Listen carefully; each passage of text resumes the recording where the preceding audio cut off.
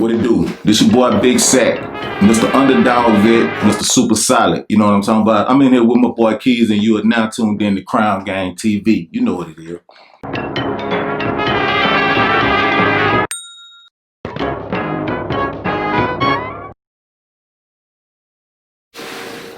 What's up, man? We in here again. Another episode. Got my boy Sacc in here. What it do? What it do? Cool, man. Cool. Keys, what's happening, baby? Glad to have you here, man. All We're right. gonna run into it again because my boy Sacc been around for a minute, y'all. My boy Sacc been around for a minute. He got a lot of history he gonna spill for us. Talk about new music he got coming out. So, You know what I'm saying? New projects he got coming out as well. But we gonna get into it. I'm gonna let Sacc hold it. We're gonna talk about let's start with your history, bro. Let's start with how did you start in this music industry here in Shreveport?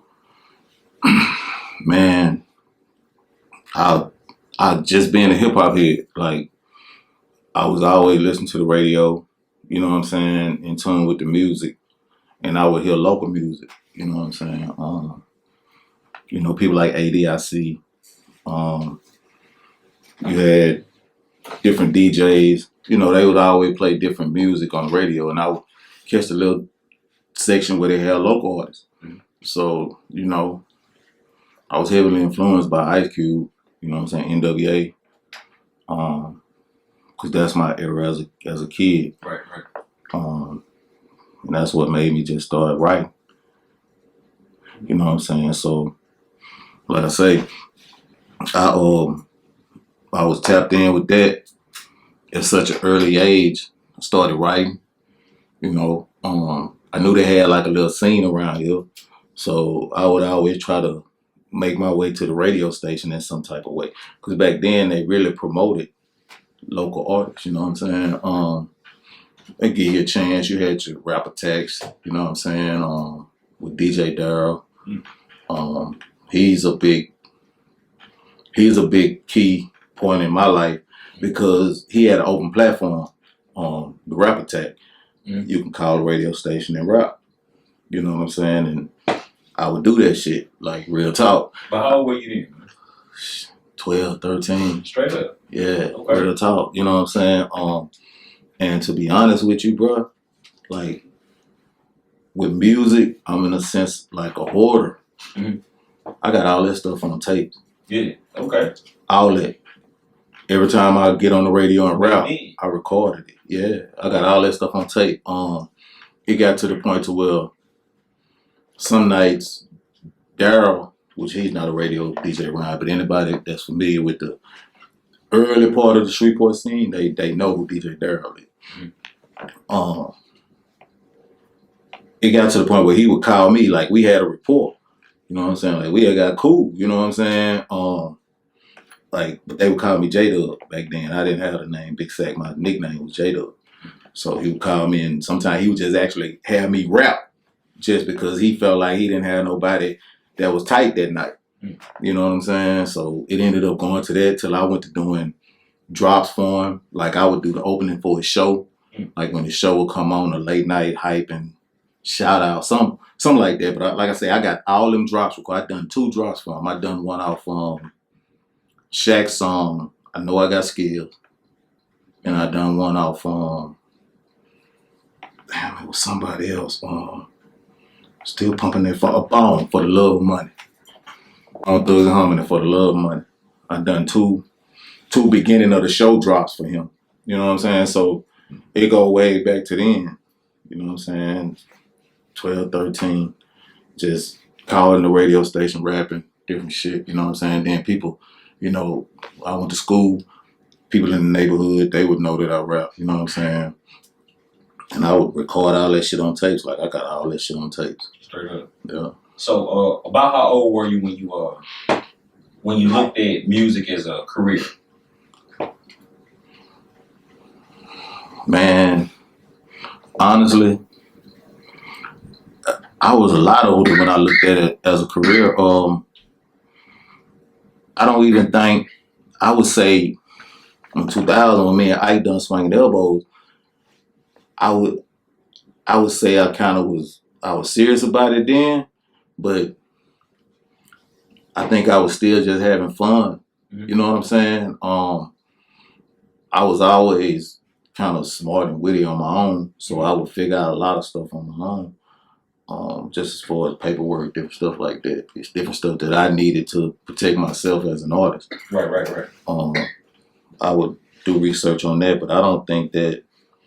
I think even back then with Ike, I still felt like I was still having fun. It was serious because I always took it serious. Once I started writing, making my own raps, you know what I'm saying, stuff like that, I took it serious because I was just writing this just for no play. I was like serious in my writing, even though it might have been the wackest shit ever said. But I was serious about it, you know. I felt the way about it, you know what I'm saying? Yeah, you know, over the years, you know, of course you're gonna get better. But even back then, when I was mediocre, subpar, whatever you want to call it, I still felt serious about it. So, just as far as a career, I guess just through time, I don't think I can give you a total pivotal time. I think just learning it and doing it and realizing that, you know, I actually had something there. It kind of grew into career stage. You know what I'm saying? So let's back up for a moment, because when you and Ike hooked up and did Swinging Elbows, that was kind of the song that got you known, right? Yeah. Tell us about it. That was after my mama had moved out of Cooper Road. When I was younger, our house got burnt up, University Park. We moved, you know what I'm saying? We moved to Queensboro, stayed with my grandmama for a little while. She moved back to Villa Norte. Then we moved back to the Cooper Road. So she moved off the Cooper Road again. And she didn't want to stay up there no more. So that's when I met Ike. About 19, 20 years old, something like that. And Ike was a fool. Like, he was like the freestyle god around this thing. You know what I'm saying? Like, anybody from back then, like, ain't nobody, you can't leave Ike out. You know what I'm saying? Like, Shreveport Hills, you can't leave Ike out. Right. You know what I'm saying? Ike was the man back then. Studio in his house, all type of, you know, everybody used to come by Ike house. You know what I'm saying? And Swinging Elbows ended up just being something that we had. We had the track. These guys, Ike knew Crown and Jangalang, they had made the track. And we had it, and it was just something that we freestyle. Like, it was originally me, Ike, Van, and 10. R.I.P. to both of them. Both of them was like cousins. You know what I'm saying? They died under both different circumstances. But they was originally on the song. At that time, they was still living. But, you know, niggas being different other shit, and Ike wanted to get the song recorded. So I was there. Like, during the freestyle, I would always do the hook. But everybody freestyle the verse. Like, after the club, when people come over to the studio, you know what I'm saying? Whatever we had going on, nigga would always throw that beat in there. And whoever was over there, like females, dudes, whatever, they would always be like, man, sing that song. And it was Swinging Elbows. Straight up. So Ike wanted to go and record it. And like I say, with 10 and Van, whatever they had going on, they didn't make it to the session. So it just ended up being me and Ike. You know what I'm saying? I get the hook in the second verse. And I got the two verses. And we put that shit out, man. That shit was an instant smash. Straight up. Real talk. That shit was an instant smash. But Ike ended up going to jail. You know what I'm saying? For like, Ike went on, he didn't go to jail for no 1-2 years. Ike went on a 10-year bid. You know what I'm saying? And the whole project, it was like my big homeboys, you know what I'm saying? Niggas like my big brothers, you know what I'm saying?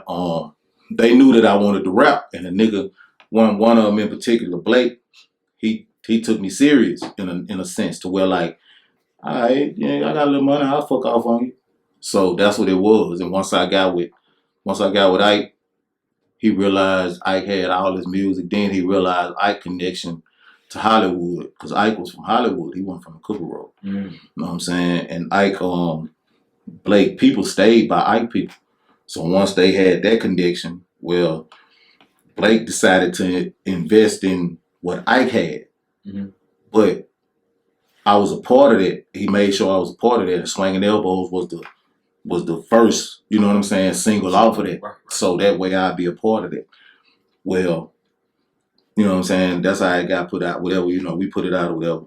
And they ended up having some type of internal friction before I went to jail. So once Ike went to jail, shit, Blake wasn't just really fucking with it like that. You know what I'm saying? Because before like Ike was pushing, we re-upped on CDs and everything on Ike on account because him and Blake had fell out. But I ain't in. That's y'all. Right. I'm here, Blake. You my boy. Ike, you my boy too. But man, I don't what y'all got going on. You know what I'm saying? Shit, I got the open studio, Blake. I see you in the hood whenever I talk to you every day on the phone. But I want to record. You know what I'm saying? So that's where I'm at. But like I say, they had their friction. Then I went to jail. Shit, I couldn't push that motherfucker by myself. I could have, if I wanted to just try to, but I kind of focused on building Big Sacc. Right. So I went to working on my own project. That's when I went to working on Plain and Simple. Straight up. So then Plain and Simple was your first solo project? Yeah. That's what's up. Bro, what year did that drop? 2000, 2001. 2001. Okay. Yeah, because I want to say Swinging Elbow came out 2000. Spring, shit like that. And Ike went to jail. So I say, yeah, Plain and Simple, 2001. Mid 2001 towards 2002, some shit like that. Okay. Yeah. Yeah, you got a long career, man. Yeah. And it still be, going hard, man. Real talk. Yeah. Yeah, took my head to you. Yeah. So let's go back to 01, man. Can you describe the vibe of the local music scene back in 01? Back in 01, the local music scene that shit was gangster. Yeah. Like the cats I was under, you know what I'm saying? Like I'm the generation under KP, Ike, and all them. I was their little homeboy. Straight up. You know what I'm saying? But that shit it was gangster and player. You know what I'm saying? At the same time, like, everybody that was kind of fucking with the music, and there wasn't a whole lot of us. You know what I'm saying? But everybody was on their shit in whatever type of style they was coming with, and everybody didn't sound the same. Mm-hmm. You know what I'm saying? I can definitely say that. Like people would always say back then, like, man, Ike, you got a nigga sound like Pimp C. You know what I'm saying? Because I always had that southern drawl. Right. And Pimp and Q, my two favorite rappers. Mm-hmm. So I would see where people may feel like I derive some type of style from them, but like everybody had their own shit, you know what I'm saying? Like everybody was on their shit. It was player and gangster. You know what I'm saying? Like if a nigga was on some G shit, he was on some G shit. If he was on some player shit, he was on some player shit. Where you had versatility with niggas like NAC. Mm-hmm. You know what I'm saying? Them niggas was full of similes and metaphors. You know what I'm saying? Like them niggas was rapping. You know what I'm saying? Then you had niggas like Ike, he could do that type of shit. But he was raw. He street, he gangbanging and shit. You know what I'm saying? Sometimes, you know what I'm saying? So, I mean, you just had a bunch of diverse shit. You had E-Dub. E-Dub was from Bossier, but he had like a more laid back street type of flow. You know what I'm saying? Like Dub, another one. My bad to cut you off, but he's still going strong too, man. Yeah, Dub still dropping music. Yeah, I just done a song. We done a song called 2020 Vision. Straight up. Okay. Yeah, probably about a month ago now. Straight up. I gotta go check it out. Oh, what project is that on?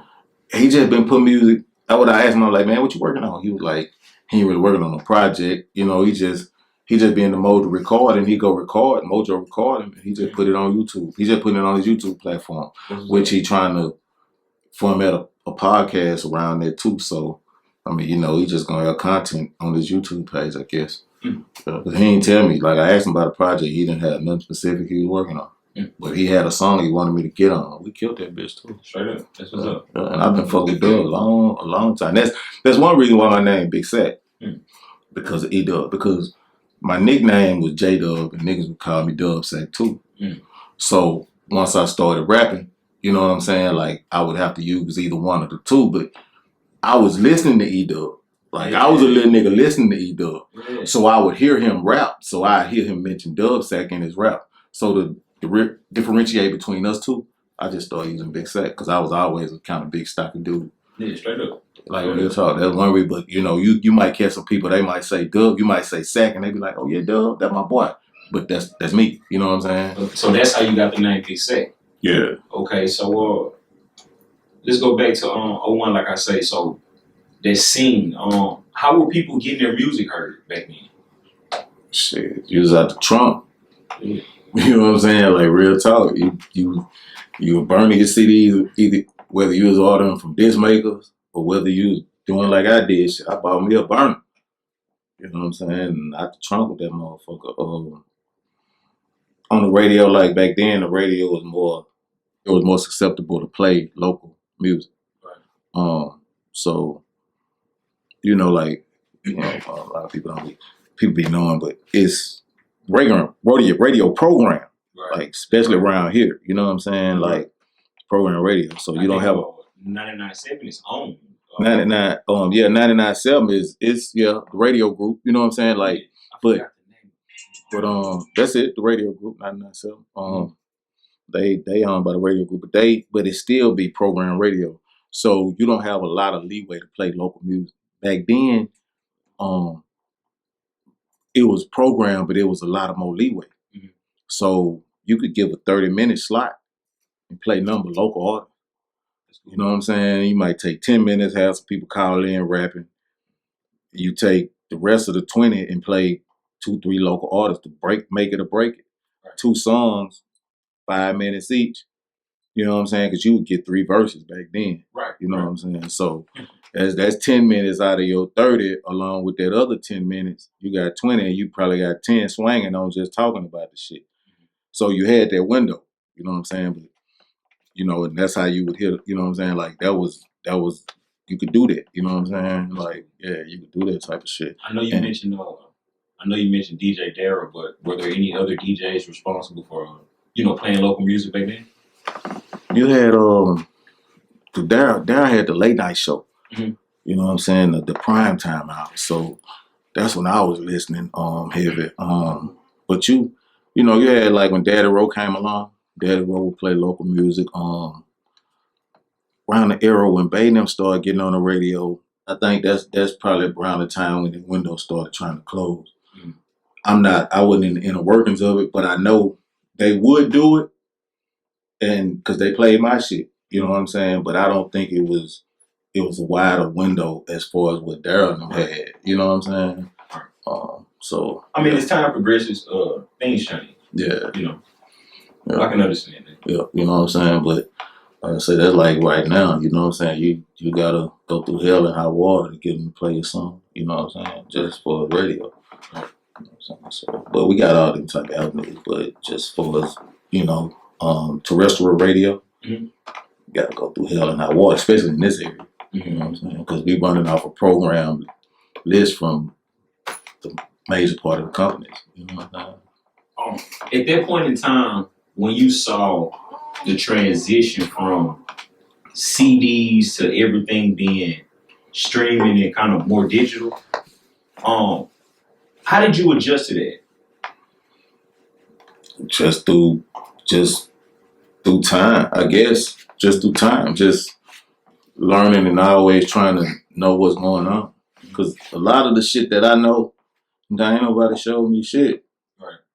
You know what I'm saying? Like a lot of that shit I went and learned on my own. You know what I'm saying? Like, granted, give or take, I might hear, because Sacc always been a big part of my history, my life dealing with music. I might hear bro say something, or he might tell me something.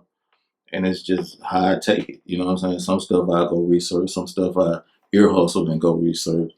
You know what I'm saying? Stuff he just give to me. But a lot of stuff I just go find out on my own. You know what I'm saying? So through that whole process, I just saw it, researched it, and figured out how to maneuver through it on my own. Because I know they're not telling me shit. I want to say it was around maybe like 05 or 06 when you saw things move from the CDs to kind of dominating the music industry, vinyl and such, and they kind of moved to people upload their music. I want to say around like 05, 06. Yeah, around the MySpace. Yeah, around the MySpace days. That's right. Yeah, that's why I first started learning about upload music through the MySpace. Sure. Through MySpace. So, I mean, but like I say, it kind of just transitioned, and just my love for the whole music, I just kept pushing with it. You know, I learned along the way just to keep my shit in rotation or accessible to the people. You know what I'm saying? So, tell us about the Shreveport nightlife in the early 2000s. That shit was crump. Like, nigga, I remember the old Cocos. You know what I'm saying? Like, where the warehouse was at, down there on the other end. Nigga, that bitch, you go in that bitch now, and I'm like, man, they really used to pack this. Like, man, you wouldn't believe the crowd that was in there. You know what I'm saying? Like, that shit was lit, bro. Like, for real. That shit was lit. For our out of town viewers and stuff, just describe Coco's for them. Describe a night in Coco's for them. A night in Coco? A night in Coco. Shh. It all depends on what you're doing. You know what I'm saying? Like, like if you just go into the club, have a good time, you gonna have a good time.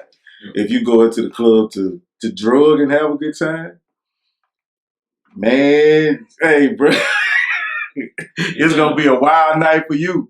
You know what I'm saying? Like, for real, cause shit, man, you can get whatever you want in that bitch, and you gonna party like a motherfucker. Like, real talk. You know what I'm saying? Like, used to, like, Coco was a spot, like, okay, when I went through a little phase, I wasn't trying to smoke, none of that shit, just be sober. Fall up in the club, I ain't trying to drink nothing. Shit, catch Coco's, fall up in that bitch around power hour by 2:30, 3 o'clock. Man, you be in that bitch before you do it, you drinking, you looking for a nigga with the weed in there, like you done fucked your whole regimen up, cause ain't no way you could be, how do people function in that motherfucker sober? Ain't on no type of vice. You know what I'm saying? Like, you gonna drink, you gonna smoke. If you popping pills, you gonna pop your pills. If you too powder, whatever you doing, you gonna try to find it. Because it ain't no way you could be in there. But I knew people that would be sober. And I know these people. They ain't doing, how is you in here like this? Right. You know what I'm saying? Like, bro, because I tried it and I couldn't do it. Nigga, I went to smoking, drinking, everything I said I wasn't gonna do. You know what I'm saying? So, that bitch was lit. You know what I'm saying? I can even go back to when Congress, you know what I'm saying? Like, motherfuckers, I remember Club Congress. Club Congress was on Shreveport Barksdale Highway. It used to be Blockbuster Video. Really? Yeah, right there. That's way before my time. Yeah, that's across from, that's where the Super One, yeah. Kings, where the Super One is. Across from that, where I think got like Chinese restaurant. That's right. Where in that back building, that long building, it used to be Blockbuster Video. Blockbuster Music. You get your music and your videos, your DVD. Well, once it closed, it was Club Congress. Yeah. I didn't know that. Man, Congress was dope. That's when Bebe first went to fucking with the club. You know what I'm saying? Club Congress was off the chain, nigga. I got pictures from Club Congress. Yeah, you know, Club Congress was off the chain. You would leave Congress and go straight down Uri Drive and hit Market Street and go straight to Player Club. Coco wasn't even open. That was when I was turning 21, 2021, 19, 20, 21, sneaking in and being able to get in legally. You know what I'm saying? That's around that time. Yeah, Club Congress was dope. But they fucked around, killed somebody out there in the parking lot. Them white folks weren't having that. They shut that bitch down. Oh, man. They shut that bitch down. How did Coco survive so long? Coco's had incidents like that too. How do you think Coco survived so long? I don't know. I really don't, man. Chad a dog. You know what I'm saying? And I know Chad, you know what I'm saying? Chad cool people, but he kept it open. I don't know who he knew in the city council, whatever, you know, state representative, whatever he knew. But he kept it open. You know what I'm saying? Chad was cool people. Chad was cool people. So, let's move along the timeline. Let's go toward 05. Who are the major players in the local music scene around like the 05, 06 era? That was after I got shot. Mandigo with Lava House. KP.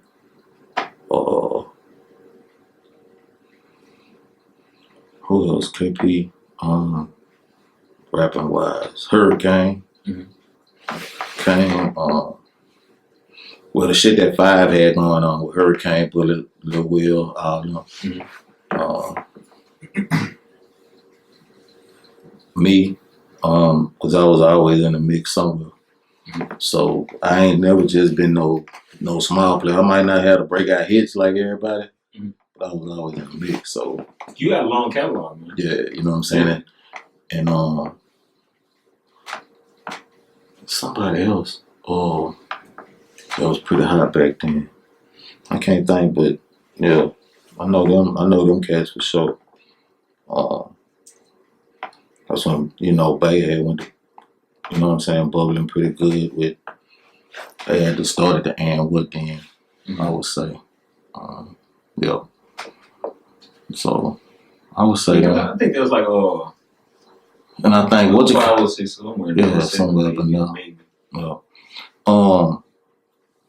Around that time, I wanna say Dale Lynch was pumping that little whatever he had with BET, and then he had that fried chicken with hip hop, what he called himself, Miss Peaches or whatever they called it. That was that fried chicken shit. You know what I'm saying? But all that was around the same time. You know what I'm saying? Like I want to say all that was around that same time, and that shit was pretty hot on BT. Whatever, I don't know. Which I'm cool with Dale. You know what I mean? Yeah, that shit was pretty hot. I hate to say it like that, but how did they get that to BT? I don't know. Dale knew somebody like Dale Lynch. Like Dale Lynch would keep playing through the city. You know what I'm saying? Like you don't know who Dale know. Right. You know what I'm saying? Because Dale, he know a lot of people. Dale like another Tommy Graham. You know what I'm saying? If you know who Tommy Granville is, like they know Grammy musicians. You know what I'm saying? You never know who they know.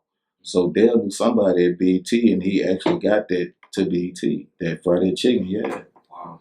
Yeah. So and he had a project around it. I don't know if the project ever came out, but I know from talking to him around that time, because I would go record with Dale, do different stuff with Dale, but I never was the type to where I'm just get all in your business. Whatever you feed me, you feed me. You know what I'm saying? And I don't know whatever happened with that project in a sense, but I remember he was supposed to have some type of project around it.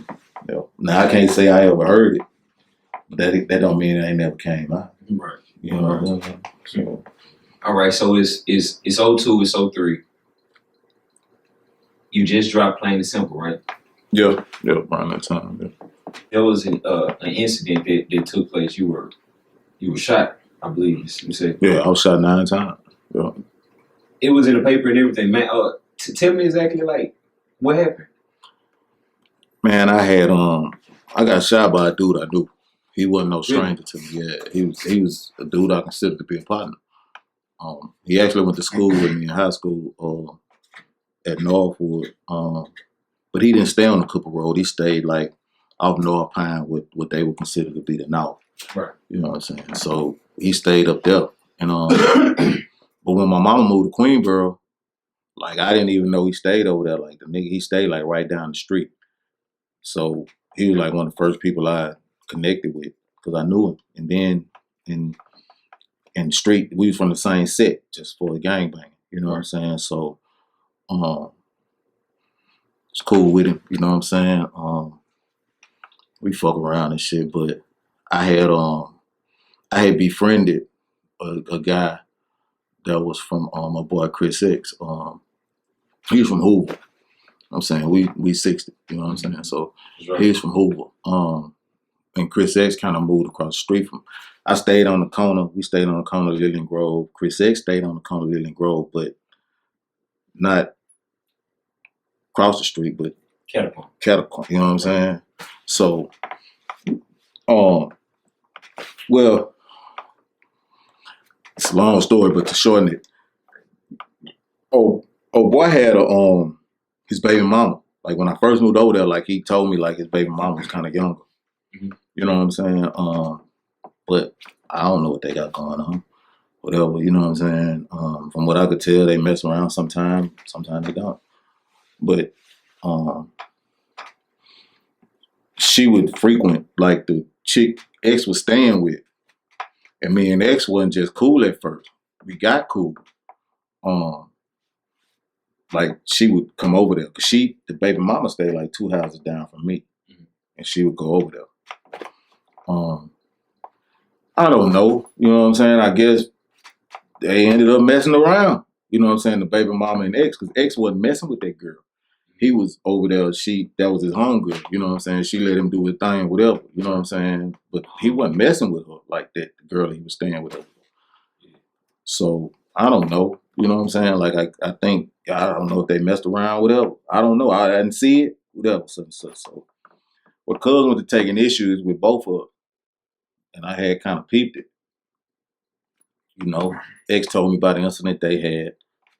And that's y'all, you know what I'm saying? Shit. And I already know how Cuz felt, you know, about what we represented and what Cuz represented. But what Cuz had going on, nigga, shit, I was able to get a piece of the pie. You know what I'm saying? Shit, we were hustling, you know what I'm saying? Like, shit, I could fuck with Cuz on that level, you know what I'm saying? So, I guess nigga felt some type of way, took issues with me and him, and I kind of peeped the issues with me. And one day it just came to a head. We had went out the night before, me and my boys and shit. And at that time, I wasn't no felon or nothing. So I could always, like I would always have the guns and different shit like that, whatever. Anything that was illegal would be in the car with me. You know what I'm saying? Because I ain't had no felon in none of this. I wasn't no felon in none of that shit. So I had a gun I had a heat in the car. So that morning I woke up. Well, my mama woke me up. I went to my mama's house, which was in Queensboro, because I was staying there half-ass, off and on, such and such. But I would always be around. So I went there that night, got up. She woke me up to go take my grandmama her SSI check. SSI check was in the mail. She woke me up. I got up. Now I'm fresh off a week. The week before that, I was in Atlanta at the All-Star game. We balling out. We having a ball. You know what I'm saying?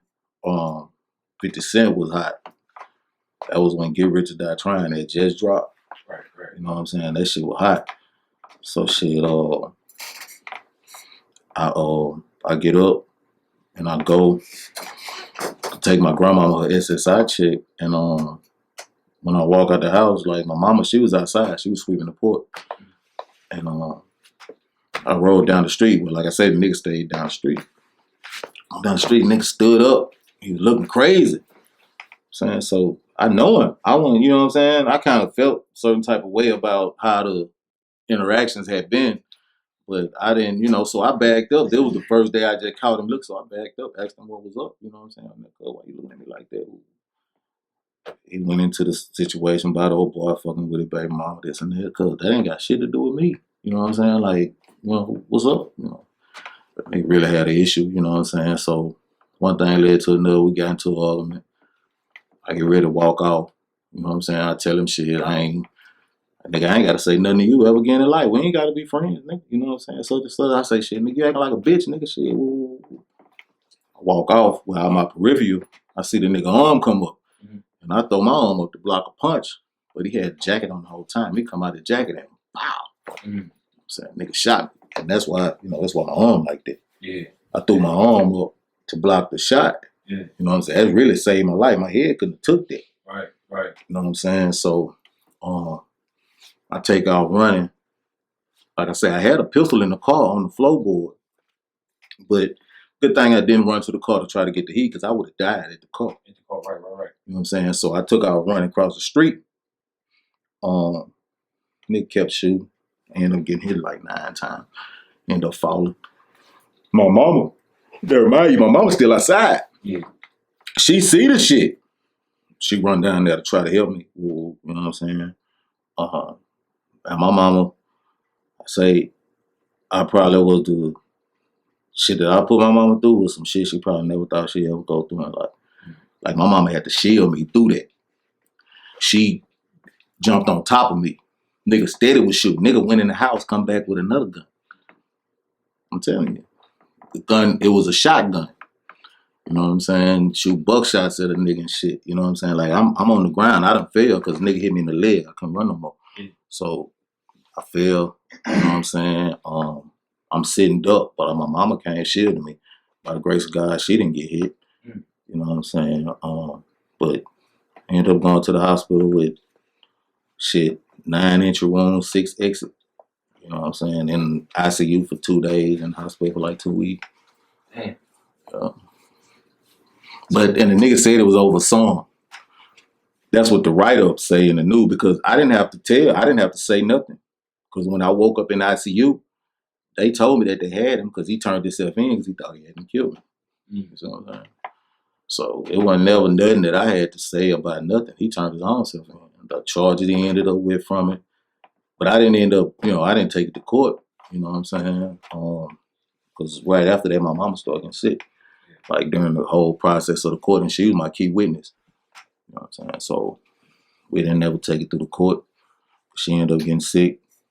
All of those shit there, you know what I'm saying? Which was a plus for me, because if she wanted to take it to the court, I probably would have had to. And I didn't want to. You know what I'm saying? So Is it 03, March 1st, 2003. Wow. The day I got shot on my big bro Scrub birthday. R.I.P. to him. That was his birthday. Like one of the worst days he had ever had. So how long were you down after the shooting? 2 weeks in the hospital. 2 weeks in the hospital, 2 days ICU. When you come home from the hospital, were you taking it slow at the time, or? Man, I was doing everything I wasn't supposed to be doing. Like for real, I ain't never been the type to want that handicap feeling. Yeah. Like my arm was in a sling. You know what I'm saying? I had to walk on a crutch. Well, I had to walk with a stick. They had gave me a crutch, but I couldn't fuck with that crutch. I had me a cane because my bone was fractured. Man, I did everything I wanted. My barber told me he'd come to the house and cut my hair. Shit, I couldn't wait on him. I was at the barber shop. Them niggas cussed me out. Like, nigga, you supposed to be at home. Cause you know what I'm saying? I'm like, they all my people. They my homeboys and shit. So, nigga, like, cause I was coming. Nigga, I couldn't sit still. Like, I was doing everything I wasn't supposed to be doing because I didn't want that feeling of handicapness. You know what I'm saying? But I ain't never had no setback. Like, even through pushing through it, I never had no setback on nothing. You know what I'm saying? I'm just gonna shoot back. Yeah, I shook back without no problem. You know what I'm saying? And I didn't stop moving. Like, real talk. I was driving everything. Like, my partners, they come get me, man, wherever you need, nigga, don't drive. Ooh, nigga, man, fuck y'all. Like, real talk, I was doing that. My mama used to fuss and bitch, but man, I just didn't want that feeling of handicap. You know what I'm saying? Like, real talk. I understand. So where are you musically at this time when you get out the hospital? When I get out the hospital, that's when I drop on home. I went right on and dropped on Dope Tracks and Throwbacks Volume 1. It had Streets of Shreveport on it, which was a song Mike Baby and them played that gave me a lot of love on it. Matter of fact, the original cover for it, Baby did the cover. You know what I'm saying? Which he ain't had no major hell of studio equipment, but he made me a little cover. But I wanted, it wasn't nothing but a mixing board with my name and shit. And I was with that. And like I say, Navajo, they threw me a bunch of tracks, which Navajo was KP brother. And I would be recording with KP because KP was on Plain and Simple, and Navajo kind of fuck with me. So he was the first one to like really like take me in and sit me down and construct some tracks for me. You know what I'm saying? Which all that shit was supposed to be on the CD that I wanted to put out called Stress, Poverty, and Pain, but it never got to come out because I didn't never like the quality of the sound of the music. I could never get all that shit mixed right. Gotcha. You know? But like I say, I put out Dope Tracks and Throwbacks Volume 1. Then I dove back with Volume 2. So I was still grinding. You know what I'm saying? I know this is around the time that you were kind of in and out of the city at the time. I know you had a situation in Florida, right? Yep, I was moving in and out. Like I had like my people, my bro Maurice stayed in Florida, so we would always go down there and visit him. And I shot some CDs down there. He got them to some people that actually was running a management company.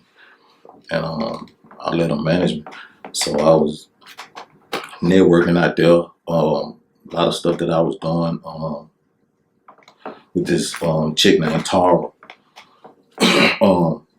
She was always in the type of movies, type of shit. So she would have me all out in Houston doing different shit at the same time. I'm promoting my music all out in Georgia. You know what I'm saying? So I was always, I kept it moving. Like they was managing me or whatever, and they had me doing all type of shit. I was moving around a lot, but I had fell back from it. You know what I'm saying? That's what kind of stalled me out just with the music because my mom started getting sick. Like right after I got shot. Well, before I got shot, she ended up having different little complications with her kidneys and shit. Found out she was a diabetic. And like around the time I started getting better, You know what I'm saying? Her health started to get a little worse. She had a couple strokes. She had her first stroke at that time. So, you know, I kind of just fell back. I had a choice of either putting her in a home or mashing on with what I had going on. You know what I'm saying? And she knew what I had going on, and she told me that. She was like, you know, like, you can put me in a home, go and do what you got to do. I know what you got going on. I don't want to. But I didn't. No, I stayed back and helped her. Man, I'm talking about stop hustling and everything. We got a job and everything. So, So, what year is this now? that's 04, 05, because I got shot in 03. I got shot in March 03. Right. So give or take the time I shook back, time I started back mashing, bam. So shit, mid 04, 05, beginning 05, mid 04, beginning 05. Like I had to make that decision, you know what I'm saying? And I chose to just fall back and take care of my mom. Okay. So you back in the city now, after you leave Florida and decide to come back home, right? Yeah. Okay. We're moving on from 05. We're passing on in our timeline. So, let's say 05, 06, 07. How was the unity in the city? The unity in the city was always wishy-washy. I can remember a time where it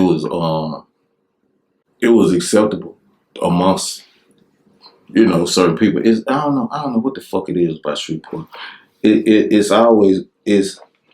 you know, you have cliques of individuals. Mm-hmm. You know what I'm saying, that fuck around. And then you have others that don't fuck around with certain cliques. And your clique may be one of the ones that don't fuck around with the cliques. It was always that. But and that's where I feel like, as far as artists, like how we don't just openly support one another. You know what I'm saying? That shit been going on.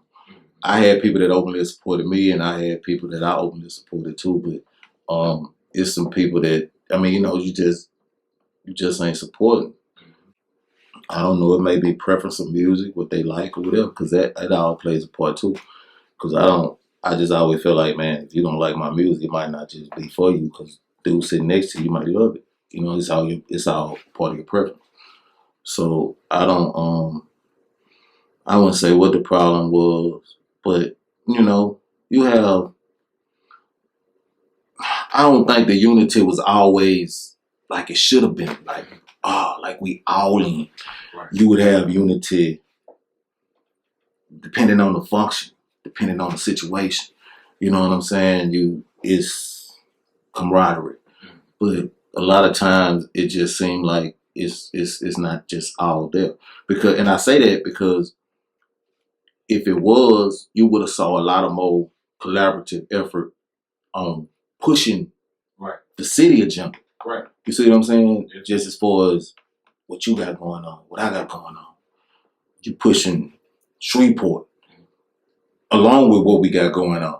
But we got one common cause, which is Shreveport. You see what I'm saying? So I ain't never seen that. Well, when we done the Shreveport committee, us that was in that, we pushed it on that agenda because everybody was from different areas. You had Lorel, for the Petroleum, they were from Cedar Grove. You had D Bell, he was from Queensboro. You had KP, he was from the Pines Road. You had me and Dre, we was Cooper Road, Cherokee Park. You know what I'm saying? So we was pushing it in a sense of Shreveport. That's why we call Shreveport Committee. But, you know, the powers that be didn't even just get behind that like they should have. You know what I'm saying? So, I mean, you know, I always felt like the unity been wishy-washy. It'd be up and down, depending on who the person is. Cause Shreveport is a city of popularity.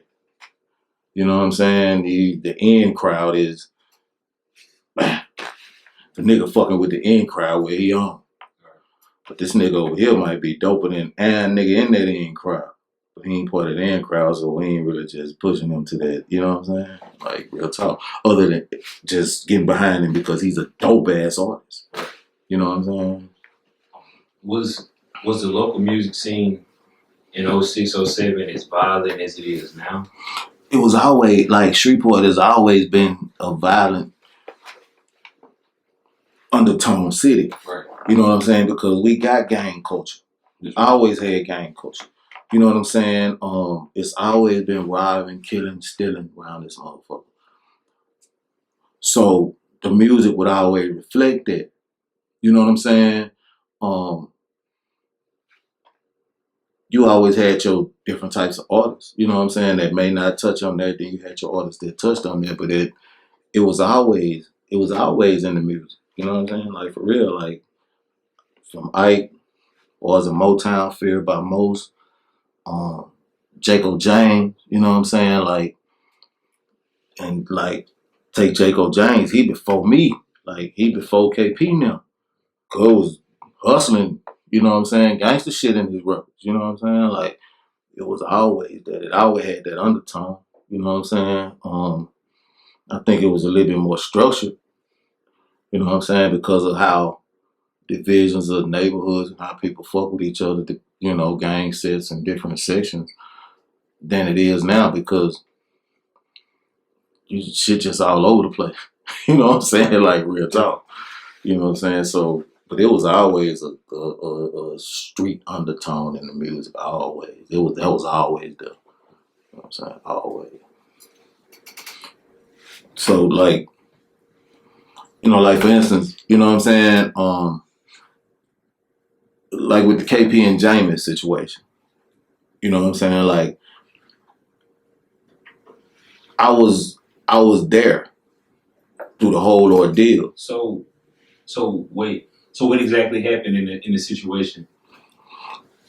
I mean, it was. I mean, two families lost. Somebody died. Somebody went to jail.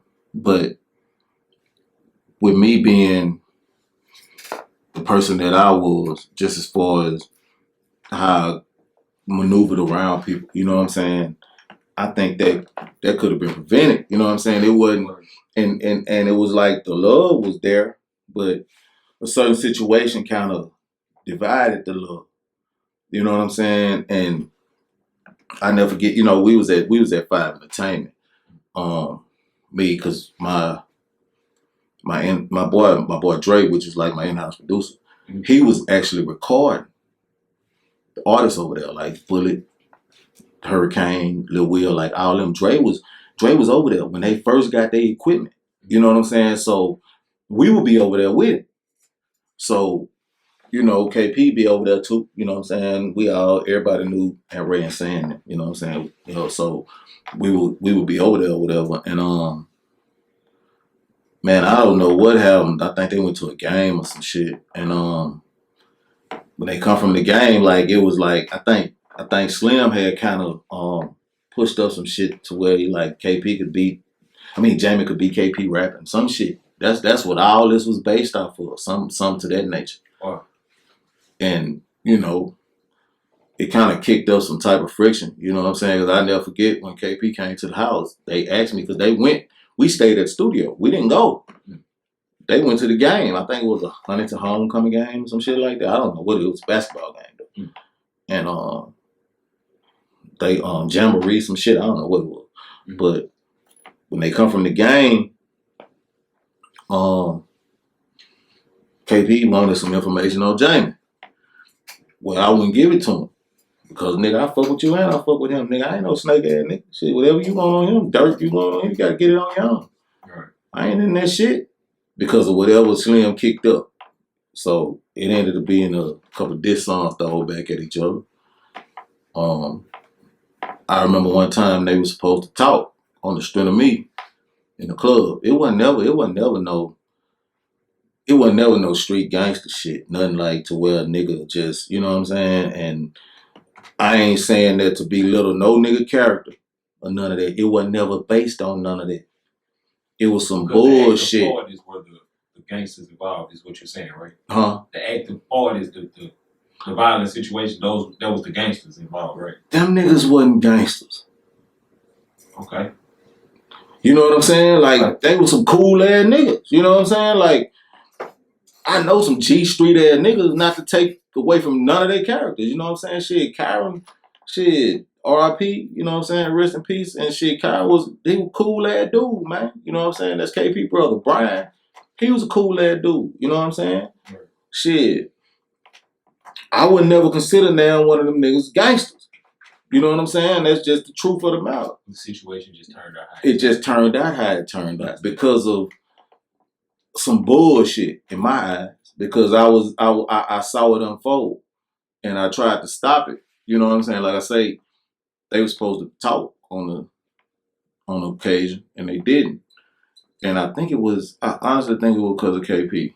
I don't remember vaguely, but I think so because Pistol, that's my dude. I love him like a big brother. You know what I'm saying? He getting his way sometimes. And I kind of vaguely remember, I don't think he wanted to talk to Jay-Mee. He said he would, but then when the shit hit down to the floor, he like, fuck that shit. And that's some shit Pistol would do. And it never just got resolved. I think two men just ain't sit down and talk about the issue at hand, and that it wasn't no nigga kill it. Before the killing and shit happened, there wasn't none of that. Nigga ain't took from no nigga family, nigga ain't none of that. It was no bullshit ass rap record here and there. I think it was like 2 disses thrown out. And that was it. But it wasn't never no prior to the situation. No, it wasn't never no, and I think that was just off some shit that some competitive shit, and it just went left. You know what I'm saying? And like nigga, I'd never forget, nigga. When this shit happened, like we had a Shreveport committee. We had a show to do at Crystal Palace. We had a show to do at Crystal Palace. I was actually at work. I was working at the Isle of Capri. You know what I'm saying? And I had to get off so I could be a part of the show. So when I got off, I shot over there to the show. Well, when I got off, I went home, took a bath and shit, shot over there to the show. But when I shot over there, shit, I bumped into Brian. So Brian said, he like, man, dude, man, shit, your boys, man, they tripping, man. I ain't with this shit, man. Such and such. I'm like, man, what you talking about? Man, KP now, man. Woo, woo, woo, woo. So I know KP, D-Bell, my boy Drake Ghost, Lil I think Lil was at this show. But anyway, the Shreveport committee, we supposed to perform, so I'm pretty sure Lil was there. But anyway, I guess Brian ran into KP. They had some type of words and shit because I wasn't there at that part. But I know when I got there, Brian was outside. He went to his truck. You know what I'm saying? I'm like, man, it ain't about none of that, man. I'll holler at him. You know what I'm saying? So shit, Cole strapped up and ready to end. You know what I'm saying? But I know Brian. That really ain't his character. Like, I mean, you know, he a cool dude. And man, you could be a nigga in a 3-piece suit, but I don't expect you to let no nigga fuck with you in no kind of fucked up ass way. So you got your iron for protection. That's what you supposed to have. You know what I'm saying? So I don't take nothing from his character or nothing, but I know nigga got to be fucking with him to even be feeling like that. You know what I'm saying? So, like I said, I went hollered at Cuz now. Nigga told me some shit. You know what I'm saying? Like, you know, nigga looking some type of way. Whatever it was, it ain't worth all that. You know what I'm saying? So, long story short, we ended up performing. Brian left. And, you know, motherfucker talking about going downtown that night. I ain't go with him because I ain't want to be in no bullshit if a nigga ran into Brian. Because I know at that time you catch Brian out in the club, different shit. You know what I'm saying? He might have went downtown when he left there because he left. He told me he finna go and go. Because he didn't want no bullshit. So shit, 2 days later, that was a Saturday. Sunday, wasn't no pop. I think Monday was Labor Day or some shit. Plus the barbershop's closed. That Tuesday, I get a call, shit. I'm laying across the bed with with my son, my youngest son, Jay. I'm laying across the bed with his mama. We were still together at the time. The phone rung. Shit, it was KP. Like, shit, it was probably like 1, 2 something in the afternoon. Telling me about what had happened out there at the barbershop. What the fuck is y'all doing at the barbershop? Man, me and Kyron, woo. Damn. Really?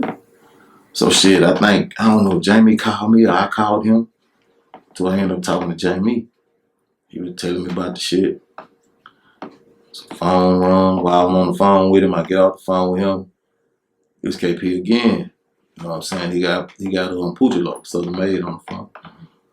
Like, you know, I say shit. Niggas just trying to find out shit. But cause I'm the common denominator. You know what I'm saying? Like, but I ain't got no information to give up on nothing. Nigga, I was trying to squash this shit. I don't know where nobody stay. Whatever you want to know, I don't know nothing. You know what I'm saying? Nigga, y'all tripping. In my eyes, you know what I'm saying? Like, cause this shit here wasn't even supposed to go like this. You know what I'm saying? Like, you got one nigga dead, one nigga finna go to jail. That shit wasn't even supposed to go like this. What was y'all even at the barbershop for? You know what I'm saying? So, like I say, like, I just say, I sit back, I was a part of all that shit on the back end. You know what I'm saying? And you know what I'm saying? Like me and KP, we didn't talk about it. You know what I'm saying? Like he know how I feel about it. You know what I'm saying? Like it ain't nothing to where like damn, like Cub really saying this shit. Nigga know how I feel about this shit. Like, you know, it might be surprising to Jay-Mee because we ain't talked about this shit like that. But KP, that's my brother to this day. You know what I'm saying? Shit, we got to the point where we about to fight.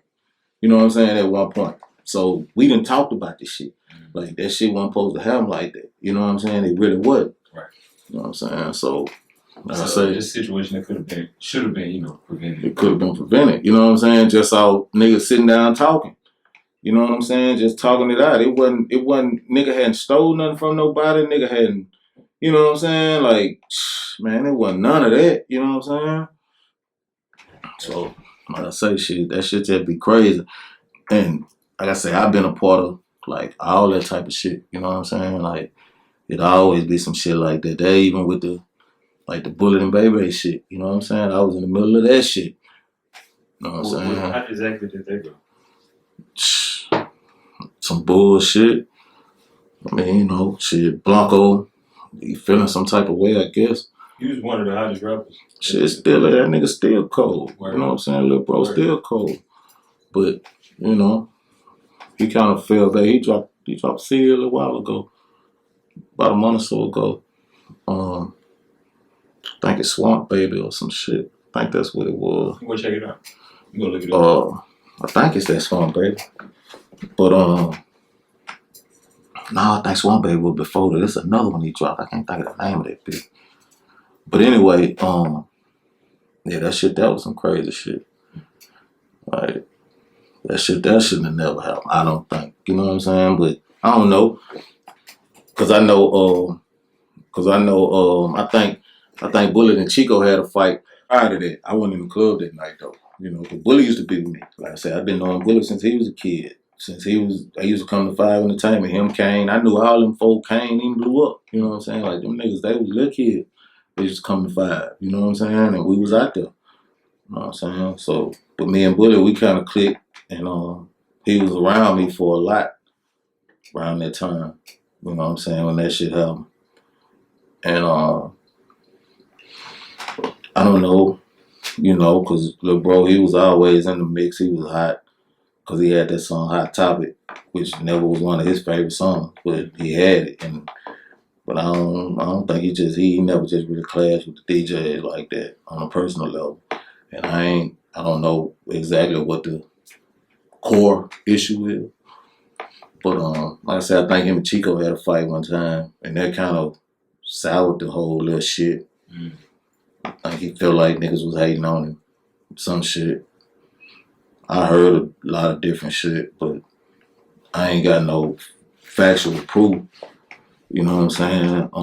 Just for somebody, I think somebody was down here from Maybach fucking with Jonathan. Because Jonathan was trying to fuck with Bullet at one time. They was always real cool. That on Trendsetters that was fucking with Banks. Right. Yeah. I don't know. I remember hearing some shit about the niggas posting down here and niggas slick hated on Bullet, some shit. That's what I got. But I don't have no factuals on it. You know what I'm saying? But anyway, Bullet ended up dropping Man Down. Nigga, that was raw. I don't know. You ever heard it? Man Down was raw. And he ended up talking about Bae wife and that motherfucking everything. You know what I'm saying? And no kind of dish. Yeah, cuz dropped his nuts on that bitch. That bitch was raw. And They had that pool party, Man of Styles, which was my boy C-Mac. At the time, C-Mac, Shoe, Chew, a couple more of them niggas, but they had a pool party at the Dare. Mm. And Bullet didn't go with me, but he was with me. Like we had an hour, like, cause I'm a ride out here with my boy, cause he going early, cause I was going later. Mm. So when I got there, it was understood that he was with me. You know, like, I'm with you the rest of the night. I'm just riding out here with my boy. Mm. Cool, you know what I'm saying? So shit, cool with me. And the nigga fucked around and man, all I know is I know C-Mac come telling me, talk about man, go up there with Bullet. Bullet was on the stage by himself, rocking out to the music. C-Mac tell me go holler at Bullet. You know what I'm saying? I'm like, shit, for what? He was like, shit, Bainham just came in there. Chico was already there. Like Bainham just, I'm like, shit, nigga, I ain't gotta go holler at Bullet.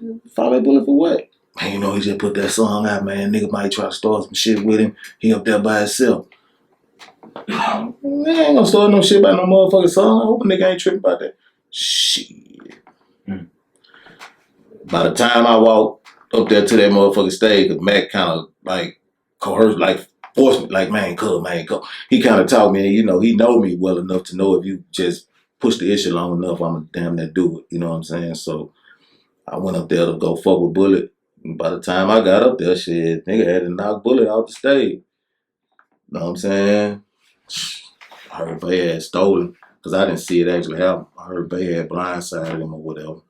But I know I helped Bullet up. We went to the stage.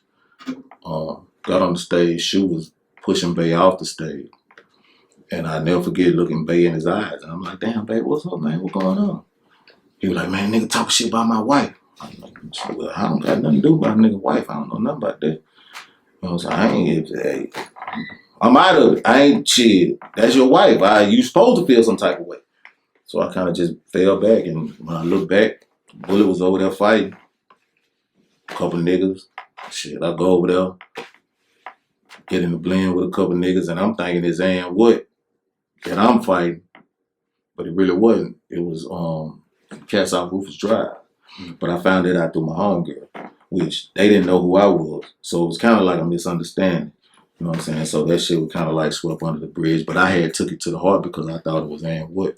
And that's kind of soured our relationship because I was like, fuck Wood. You know what I'm saying? And through the, you know, with Chico, like, cause I had a rapport with all of them. You know what I'm saying? I still do. Like, even after all this, me and Baden talk. You know what I'm saying? We didn't smooth everything. We didn't talk about all type of shit. You know what I'm saying? So at that time, I was feeling some type of way, but it really wasn't them. I just took issues with them because of the situation. You know what I'm saying? But like Bullet, like they ain't never been right. Like after none of that. You know what I'm saying? Yeah. I ain't never been right. And like I told Bay, I get it. You know what I'm saying? Like when we talked, I get it. But, you know, since I've been around so long and motherfuckers expect for me to be a certain way, which I am that way. Mm-hmm. But what I had to realize from my big homeboy, white boy, RIP to him, like when that Bullet situation happened, what I noticed was the way that them niggas had brought me up to be and what I saw and how the morals that I had instilled in me, I can't just carry that on because I can carry it on in a sense, but I gotta know when to turn it on and turn it off. Because certain shit, I just gotta let be. And that situation is one of them. Because just out the strength of Bullet being with me, nigga, I'm riding with you, whatever you got going on, nigga. You know what I'm saying? Like, nigga, you leaving with me tonight, we here the whole while, it's understood you with me. So whatever you got going on, nigga, I'm with you with that. And that's how I was raised to be. Like, I ain't finna, if I'm going somewhere with you, I don't give a fuck who it is. Nigga ain't finna fuck with you. We together. You know what I'm saying? And that's how I took that, which when White put it to me in perspective, like I kind of should have just fell back because it was certain shit that was said and did as opposed to talking about a nigga wife to where you can't knock a man for taking a stance against that. Right. So who am I to say that? In a one-on-one situation. Yeah, you know what I'm saying? But who am I to say that, like, nigga, you ain't supposed to feel that way by Cuz. Right. That's just a song. You see what I'm saying? And I'm riding with Cuz just because it's a song. Once certain shit is said, it makes it personal. Even though it's just a song. Right. Certain shit, nigga gonna take personal. You know what I'm saying? So you just have to judge. You have to pick your battles. You know what I'm saying, basically. So that's what I learned in that. And nigga, I'm a grown man and I learned that. You know what I'm saying? Because Bullet younger than me, shit. I was mid-30s. You know what I'm saying? Learning that shit. You know what I'm saying? Early 30s, mid-30s learning that shit. So, you know, like I say, it's just certain little shit. So it make me look at shit totally, you know what I'm saying, different. You know what I'm saying? And like I say, shit, me and Baby, we talk. You know what I'm saying? Me and Chico, like even through the whole shit, like Chico was letting me know that, no, that wasn't us. You know what I'm saying? We'd never fuck with you like that. You know what I'm saying? 3 feet. You know what I'm saying? So, but I just felt a certain way. And, you know, once it got cleared, it was cool. It took a while for me and Bay to talk. But we talk, you know what I'm saying? We smoothed it up. Like now we cordial, you know what I'm saying? It's, you know, we see each other, we cool or whatever, you know what I'm saying? It ain't no plex, no nothing. Right. But that shit caused some tension with relationships that I hadn't built. You know what I'm saying? So in your opinion, why do you feel like people say that Bebe is the reason certain people can't make it out of it? I don't know. And I had that talk with Bay. Like right. When we talked about it, because and I can say this because, you know what I'm saying, he told me that like motherfuckers feel like their success is a whether they made it or not is due to whatever he did for them. Mm-hmm. Like their success is an attribute, you know, parallel to him. Right. I ain't never felt like that. You know what I'm saying? And when we talk, you know what I'm saying? Like I told him, like, man, I ain't never felt like that because I know my situation, life happened with my situation. I had to fall back and take care of my mom with different shit like that stopped me from promoting like I needed to. Mm-hmm. So I never felt like that. So I would always hear shit from different artists and shit. You know what I'm saying? But I mean, that's how you feel. You know what I'm saying? Because maybe a nigga, you know, went to Bay and felt like he was supposed to do such and such because whatever I went to him and he's supposed to do it for me, he did it. Now, it might have been a price on something extra, but whatever I paid for at that time, he did it. So I don't know how he played a role in everybody. You know what I'm saying? Like I don't be in everybody else mix business-wise. You know what I'm saying? So I don't know. So they may feel a certain way. And motherfuckers may feel like, okay, they're just like me. Like I might get hot and blow up. But motherfuckers might feel like I just owe them that to put them on. Right. When they work ethic probably don't even match it. You know what I'm saying? So, you know, a lot of times you can feel where a nigga might feel like a nigga looking for a handout. You know what I'm saying? Nigga just trying to ride, you know what I'm saying, off of what I got going on, but a nigga really ain't trying to put in no work.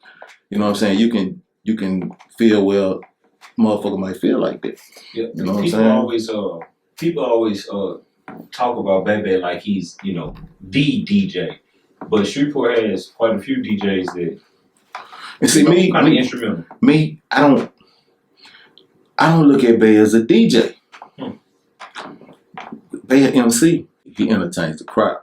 Mm-hmm. I get, you know, he took on the moniker over the years, but I know where he come from entertaining the crowd.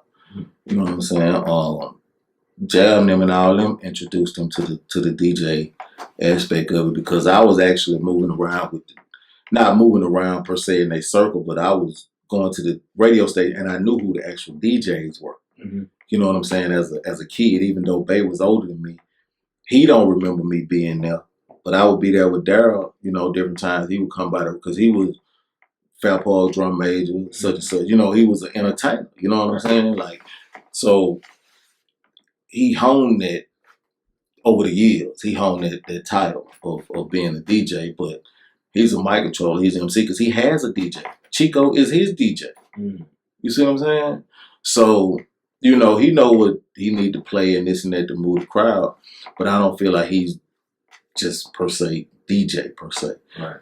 He's a radio jock. Mm-hmm. You know what I'm saying? But that don't mean he can scratch no SP 1200s. Right. You know what I'm saying? Yeah. You know, and that's totally different from what they use now, the Denon or some shit, whatever they mix on now, the DJ software, whatever it is. I mean, you got different, software or whatever, but that don't mean, I'm pretty sure he could probably operate that because that's a little bit more digital. That don't mean he can scratch no records on no SP1200. That's a DJ. Straight up. You know what I'm saying? So, but people just feel like he's the go-to man because, he is from here and he's in a nice spot, And of course you would want him to ride with you, you know what I'm saying? At least speak up on you, co-sign you or whatever, you know what I'm saying? But I mean, that's at his own discretion. Of course. And I get that, you know what I'm saying? And like I said, when we talk, you know what I'm saying, he brought that up, like, motherfucker feel like, he the reason they didn't make it. But I had to tell him, like, say, cause I ain't one of them niggas. I mean, I don't care how I seem or look, because a lot of the people that talk that shit, I'm cool with. But I know how to balance the divide. Mm-hmm. You see what I'm saying? Like, nigga, I don't have no problems. You know what I'm saying? I ain't beefing with no nigga no type of way, but I'll get it because you might feel like he feels some type of way against you and might feel like I feel that way too because I fuck with him. That ain't the case. Because I know how to balance the divide. You know what I'm saying? Like, I really do. You know what I'm saying? Right. So, I mean, I don't know why niggas feel like that, but, I get it because motherfuckers do. And I know by you talking to people, different artists, you hear that. You know what I'm saying? Like, motherfuckers might put the blame on Cuz. You know what I'm saying? I ain't put no blame on Cuz. I mean, you fuck with whatever you want to fuck with when you want to fuck with it. You know what I'm saying? I ain't gonna just I ain't finna hold now nigga liable for my feats or heights. It's what I push myself to. You know what I'm saying? Like, nigga can help me along the way. But if you actually threw some type of monkey wrench in my shit to where you actually hurt me, I'm not gonna put that on you. Unless I know for sure, say, cause at this particular time, nigga did this, nigga did that, and that fucked me totally off. Right. You know what I'm saying? But if I don't know that per se personally, I ain't finna assume it. I ain't finna put that jacket on his back.